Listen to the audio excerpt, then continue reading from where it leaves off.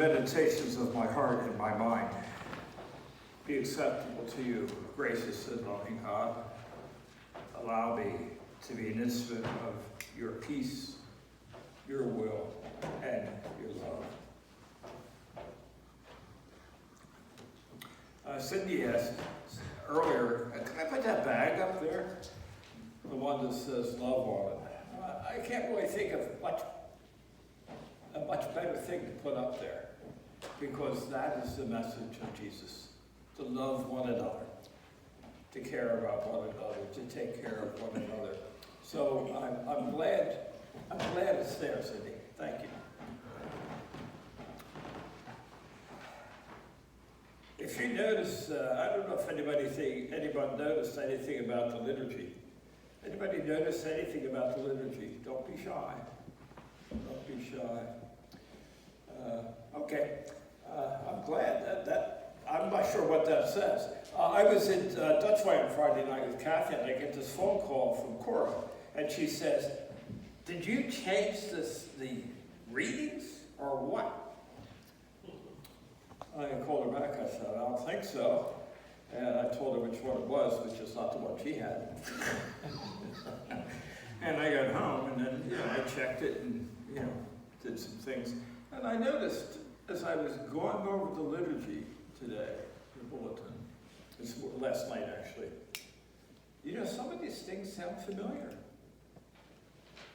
And what I did, apparently, is change part of it from last week, but not all of it. And so, some of those things, like the call to worship, they were the same as last week. So after 4 years, and it is 4 years now, last week was my anniversary, and 200 and some sermons later, I finally really goofed this one. But nobody noticed, so no harm done. Emily Weisel tells the story about a prophet who came into the city and delivered his message every day. This might sound like somebody in the Bible. In the marketplace. Every day he was there. After a while, his ranting became a fixture of the city, and people really regarded him with amusement, if they regarded him at all.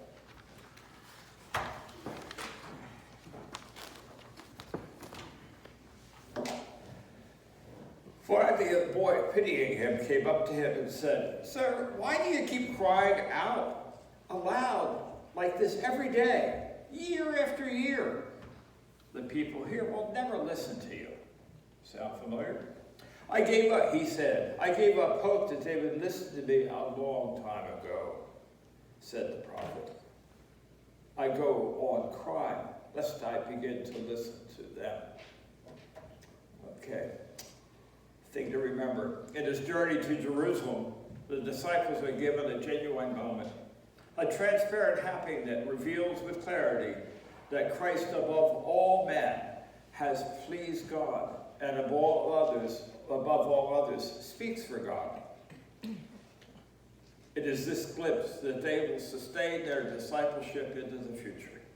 They will continue to cry out in a world not necessarily eager to listen. Another story. A young woman went to a co-worker and said, why is it you go to church every Sunday? Every Sunday. Did something happen there that doesn't happen elsewhere? And does it happen every Sunday?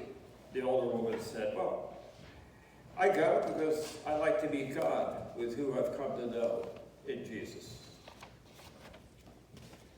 God meets me in other places than at the church. However, I must confess that I'm sure I miss most of God's appointments. I find that I live most of my days in the days as though I'm sleepwalking or on autopilot. I go to church to remind me that this whole thing with Jesus and so forth is true. The young woman then asked, so you go to church every day and God, every Sunday, and God is there? The older woman said, I go to church every Sunday. And for some reason I can't explain, I meet God about 1 out of 8 Sundays. The younger woman said, then why do you go every Sunday? I go every Sunday, said the older woman, because I never know which Sunday that will be. Okay. I guess that's a message for us to be in church on Sundays.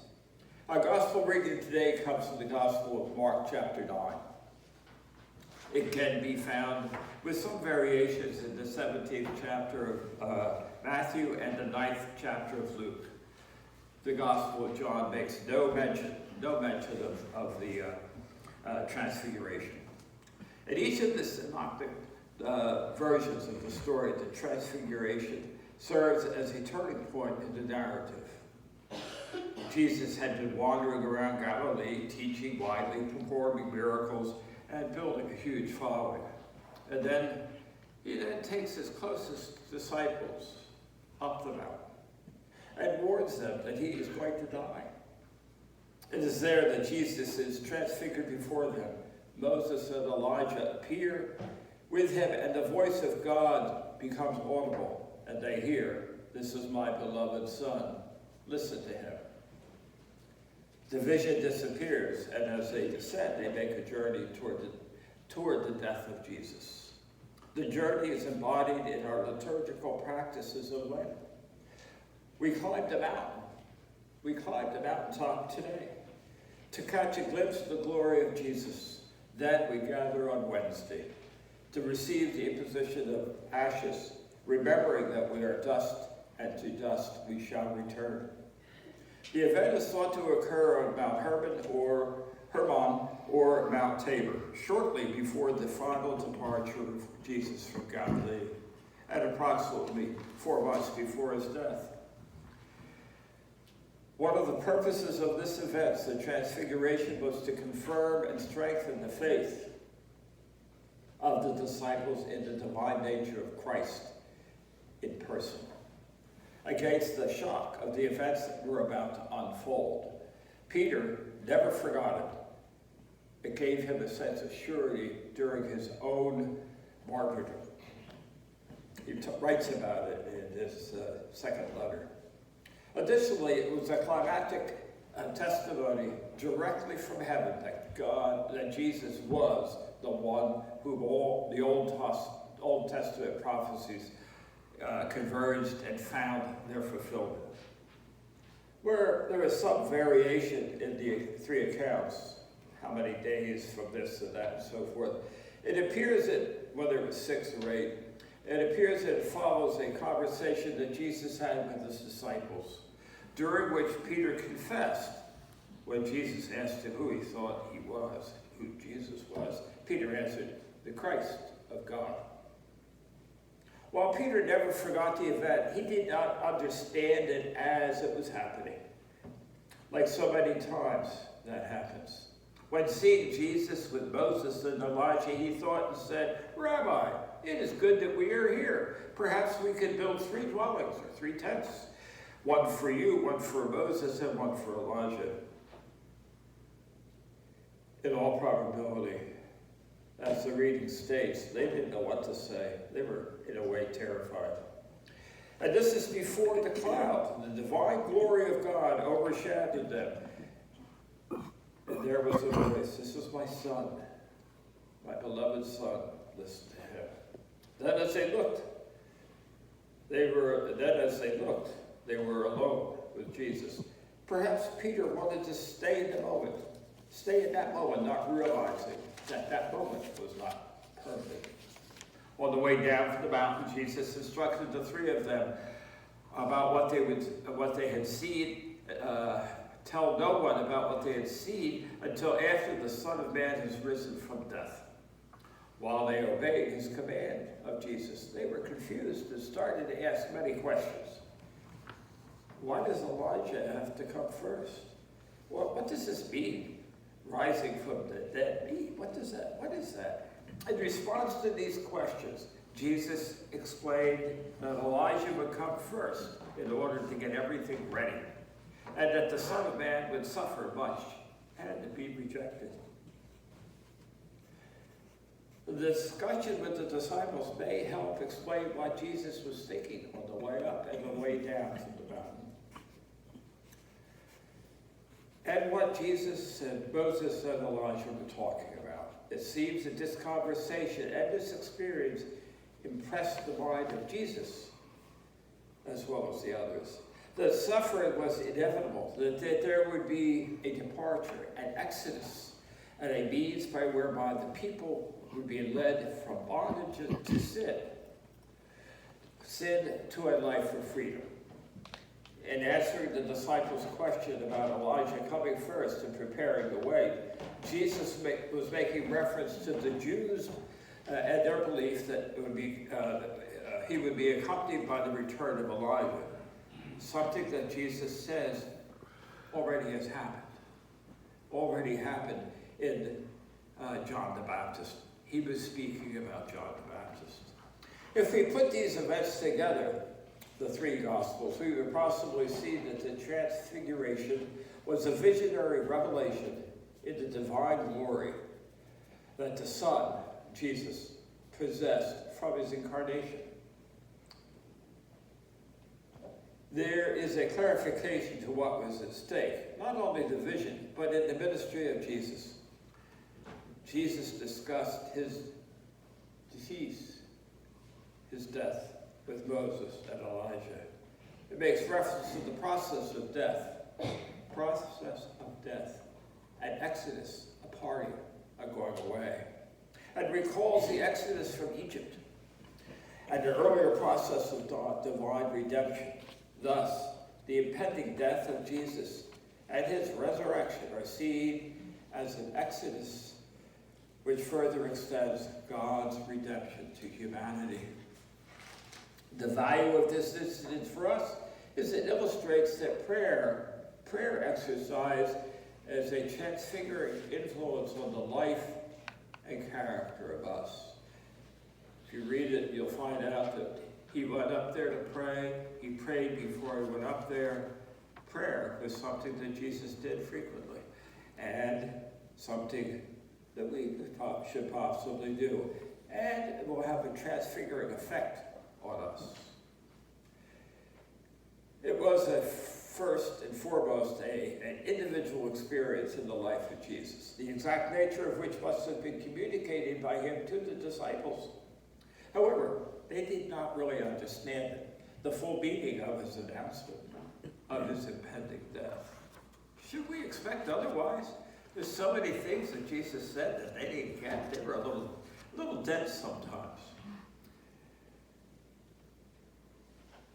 They saw things that they really didn't understand that. They had to wait until something was through some illumination, through some later experience to get it. The transformation was the glorious glorification of human body of Jesus. On this occasion, this body underwent a change, a metamorphosis. The sun couldn't be brighter. It was pure white. At the time of the Transfiguration, the earthly ministry of Jesus was coming to a close. He had acknowledged that he was the Messiah and predicted his death and resurrection. Now he was to reveal to a select few his divine glory. It was a special event in which God allowed certain apostles to have a privileged spiritual experience that was to strengthen their faith. Their faith for the challenges that they were going to be facing, that they were going to endure in the future. But it was only a temporary event. It was not necessarily meant to be permanent. In the same way, at certain times in this life, ours, God may give certain members of the faithful, not all of them, and not all the time, special experiences of grace through the strengthening, and that strengthens their faith. If we all look back, we may have all had one or two or more of those events. So summing it up, the appearance of Moses and Elijah with Jesus is highly significant. The name of Moses was indicated in the Old Testament law and was given to the people. Jesus is coming and fulfilled the commandments of the Lord and did things that the law could not do. That is, to provide answers for the problem of sin. The law pointed out the problem. Jesus gave the solution. Elijah was an outstanding figure in the Old Testament. He was a great prophet. Of all his appearance and his appearance with Moses on the Mount of Transfiguration testified that Jesus fulfilled the prophets as well as the law.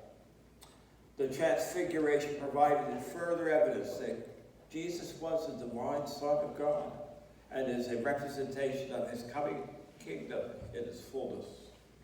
In a way, it also means that Jesus is the culmination of revelation. The law and the prophet is represented by Moses and Elijah, and they're fulfilled in him. Therefore, better to concentrate their thoughts, their behavior on the message which Jesus has given. To love one another, to respect one another, to not judge one another. You might have heard that message periodically over the last lifetime of yours.